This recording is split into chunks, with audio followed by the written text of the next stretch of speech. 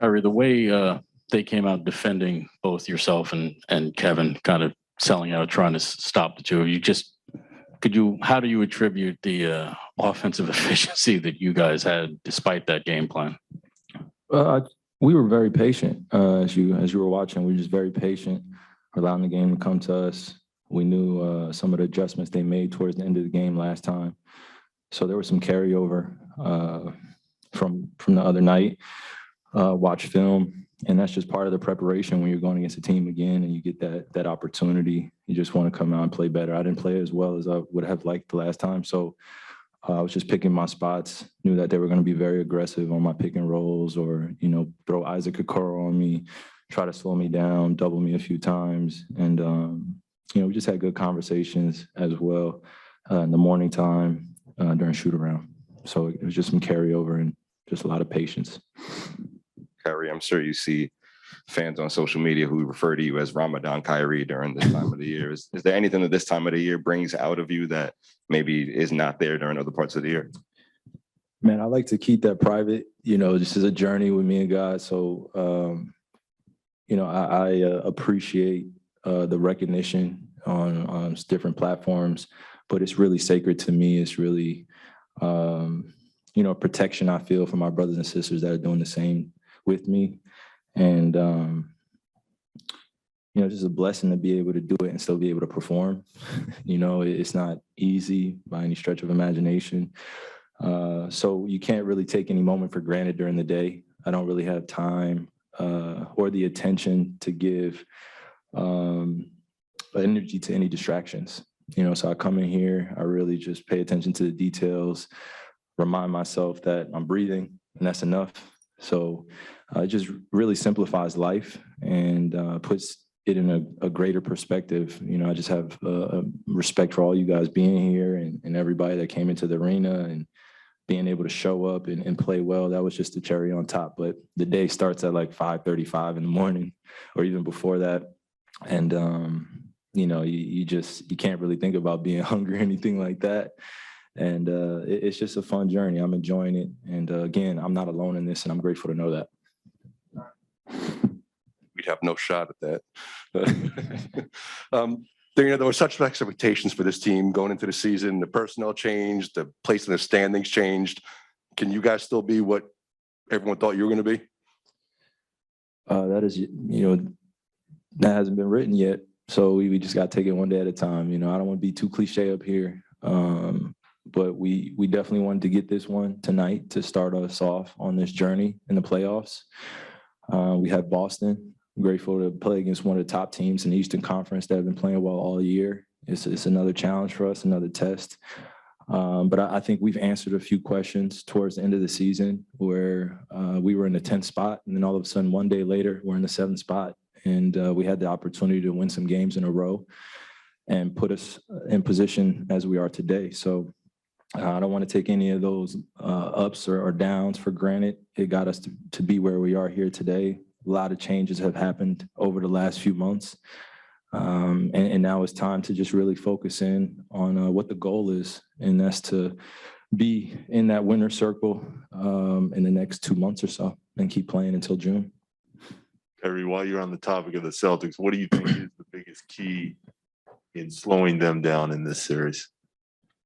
Yeah, I mean, it starts with really slowing JT down. I mean, he has a great feel of playing against us, and everyone else around is very complimentary to that attack. And when JT's getting doubled and, Marcus Smart's pushing the pace, JB's playing well, hitting shots, Al Horford's, dominating offensive rebounds, and Daniel Tice filling in for Robert Williams. It's big, so it's going to be a great test, as I said. And, I know that team very well, and they know us very well. And it'll be a back and forth. And once you throw that ball in the air, you're going to really see some spectacular basketball, and I'm just looking forward to it. And as far as tonight goes, what's it like to be that far into a perfect game shooting?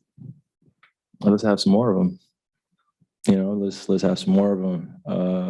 I was really putting a lot of pressure on myself towards the end of the season. I had some games where I shot 32 times, or I had a game I shot 32 times, 26 times, 22 times. And I felt like I was right there knocking on the door of just being very efficient and what I'm used to doing.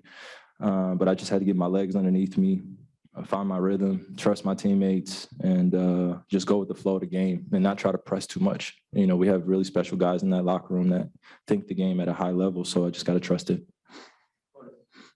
Kyrie, how special does it feel to be a part of a team like this where not only you and KD can get going, but everybody seems to be able to contribute? You know, you get a big boost from Bruce Brown tonight, almost had that triple-double. What does it feel like to just be a part of that and knowing that you guys have now qualified for the playoffs?